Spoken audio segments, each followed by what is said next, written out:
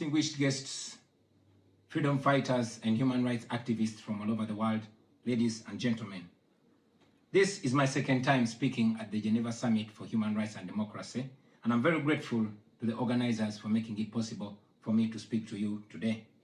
In 2022, I spoke about a country that I call home, Uganda, a nation of 50 million people living under the violent military dictatorship of General Museveni, who has for 40 years twisted the law and used the military to stay in power. I told you of how I ran for president against him in 2021, how it was the most violent political campaign yet, and how he massacred hundreds of our people on the 18th and 19th of November 2020. How he shut down the internet on the eve of the election, imprisoned me inside my home for weeks, and then declared himself winner of the 2021 presidential election. Now, it is 2026, and here I am again, speaking to you at the Geneva Summit. Nothing has changed for the better, only going from bad to worse. Despite what happened in 2021, we were driven by hope to give it another try. So in 2025, I announced that I was running for president again. For 112 days, I traveled across the country campaigning, and the population turned up overwhelmingly. Yet again, our campaigns were violently attacked, our supporters were murdered, we were blocked from reaching many places, and were also blocked from several media stations. As usual, Museveni shut down the internet again, this time 3 days to the election. And what happened thereafter was not an election, but a military operation. The election was so rigged to the point that even at the polling station where Museveni voted for, he got much more votes than the actual registered voters in the register. Our polling agents in several places were arrested and whisked away. Several of our party officials were arrested and many abducted. 2 female deputy presidents of our political party were abducted and held incommunicado in a military barracks for 3 weeks before being thrown into a prison where they are languishing right at this moment. The military was deployed on our streets, shooting on spot whoever dared to challenge the criminality. It was under these circumstances that Museveni yet again declared himself winner of the election, this time with over 70% of the vote. Right now, I'm speaking to you while in hiding. This is because as soon as the election was finished, Museveni's son, who is also chief of the Ugandan military, issued an order to take me to him, dead or alive. The military acted on his order and raided my home. They tortured my family members, humiliated and undressed my wife, accusing her of hiding me. Meanwhile, they were recording and taking pictures of her, which the military chief later on shared on Twitter and bragged about capturing my wife. They also took over my home and surrounded it, and they are occupying my home as we speak right now. My wife and children had to flee the country for fear of their lives. I am in hiding, but I don't want to be in hiding. It was necessary though, so I can stay alive and be able to speak to you right now. I've said it before and I say it again, that I'll resurface at the right time in my country. I feel like the international community has abandoned us. They've ignored us and they've left us to the fate of dictators.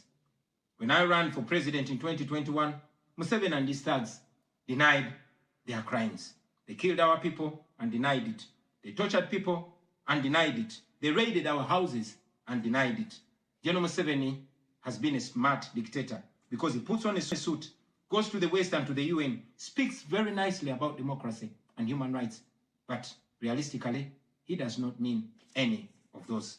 He talks about our so-called Human Rights Commission in Uganda, but the same person closed the UN Human Rights Office in Uganda 2 years ago because they dared to question him about his atrocities. Now that is how he has been able to maintain a facade of democracy for 40 years and counting. But now Museveni is 83 years old, and his 51-year-old son, Muhoozi Kainerugaba, commands our military, the Uganda People's Defense Forces, more like Uganda's defense against his own people. And he's effectively in charge. Unlike his father, Muhoozi does not play the role of a good dictator. He openly and shamelessly says despicable things on social media.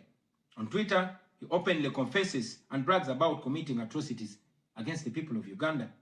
When he was summoned by Parliament, he called Parliament a house of clowns and fools, and he threatened to arrest all of them. He describes judges of the Supreme Court of Uganda as clowns in wigs, and he has threatened to crush all journalists that dare to criticize his actions. In April last year, he abducted, detained, and tortured my close friend and bodyguard called Eddie Sebufu, also known as Eddie Mutwe. He later on posted on Twitter naked pictures of Eddie, boasting that Eddie Mutwe was in his basement learning Museveni's mother tongue, Bunyankole. Last month, he bragged about killing 22 of my friends, and he said that he's praying that I am the 23rd person for him to kill. In other words, Museveni and his son no longer fear international retaliation for their crimes. They've been so emboldened by your lack of action. They know that they can murder their own people, imprison them, torture them, remove their fingernails, push needles down their testicles, and nothing will happen to them. Now, they're using rape as a weapon. Boys and girls, men and women, people of all ages have reported being sexually assaulted by Muhoozi's military. And it's not rare. The majority of the people that they capture and unlawfully imprison have reported being raped, whether men or women.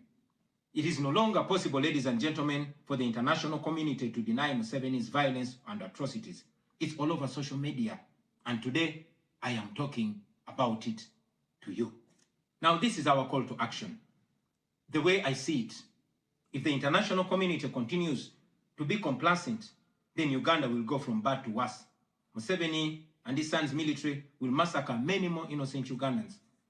You, ladies and gentlemen, in the Western world, will be forced to grapple with millions of Ugandan refugees pouring into your countries. And maybe then, the international community will come and commiserate with the people of Uganda, just like they did after the genocide in Rwanda, but it was too late. The second option is that the international community rises to the occasion. You stand by the values that you profess, democracy and human rights. You can rein in on General Museveni and his son through targeted sanctions as well as financial and legal pressures. Ladies and gentlemen, Ugandans are not seeking for pity.